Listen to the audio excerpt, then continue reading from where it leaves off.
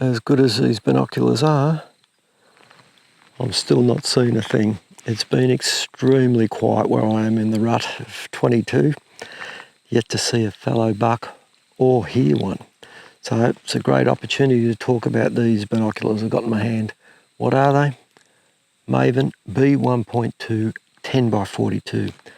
1.2 meaning they're the second version of the B1s, which were slightly larger, and from what I've seen so far, optically not as good as these. They're not bad, but these are definitely a step up. How do they compare against some of the top end stuff? Well, that's what I'm going to talk about now, because over the last few years I've realised, yes, I can be a little bit of an optics snob, and I do realise that not everyone can go out and spend top dollar on your Swarovs, Ice Leica, Carls, etc.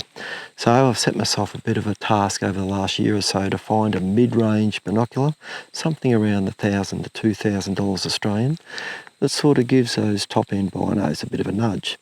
And these would probably be my pick at this stage, around the $1,600 to $1,700 mark, available in silver, grey, orange standard, and the black as I've ordered.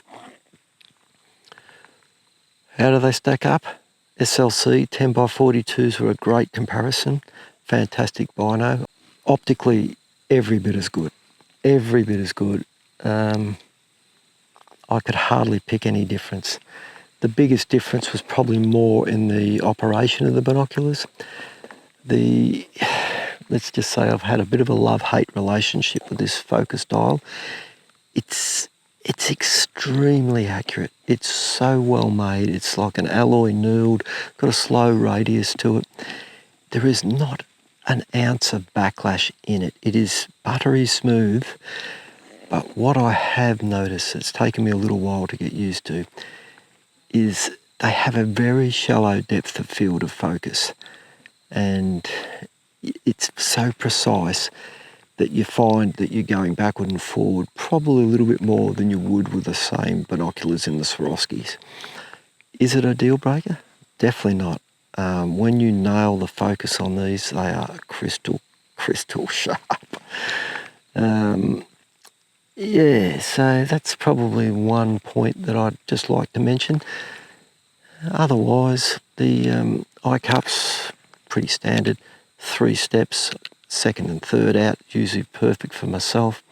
They could, I think, round these eye cups up a little bit more, just to sort of make them a little bit more softer on the eyes. Maybe it's just me getting a bit soft as I get older, but something I did notice. Some of the Carls are about the same, but the Swaros and the Zeiss I have are definitely a little bit more comfortable on the eyes.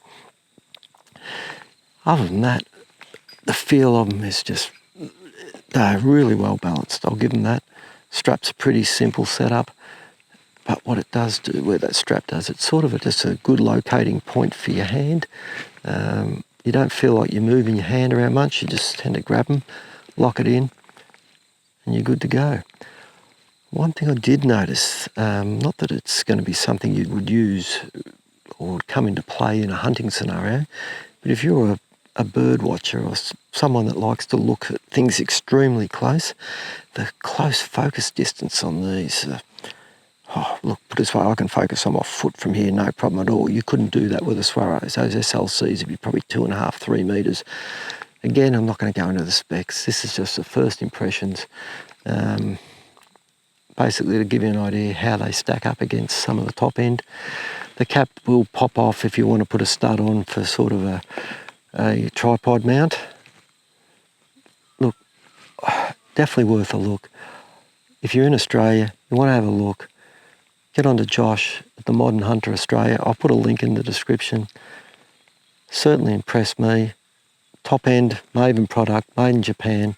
The backup, so far from what I've seen, has been second to none. And one of the reasons I've stuck with the Swaros and that over the years is I know that they back their product. And to me, if you can't reach out and spend that sort of upwards of $2,000 on the Swaros and whatever the European optics, it's definitely worth sort of pushing that little bit further than your 1,000, 1,200 and considering these. They are yeah, yet to give a Bino a 10 out of 10, but these aren't far off it. They're right up there with the top end. So definitely worth considering.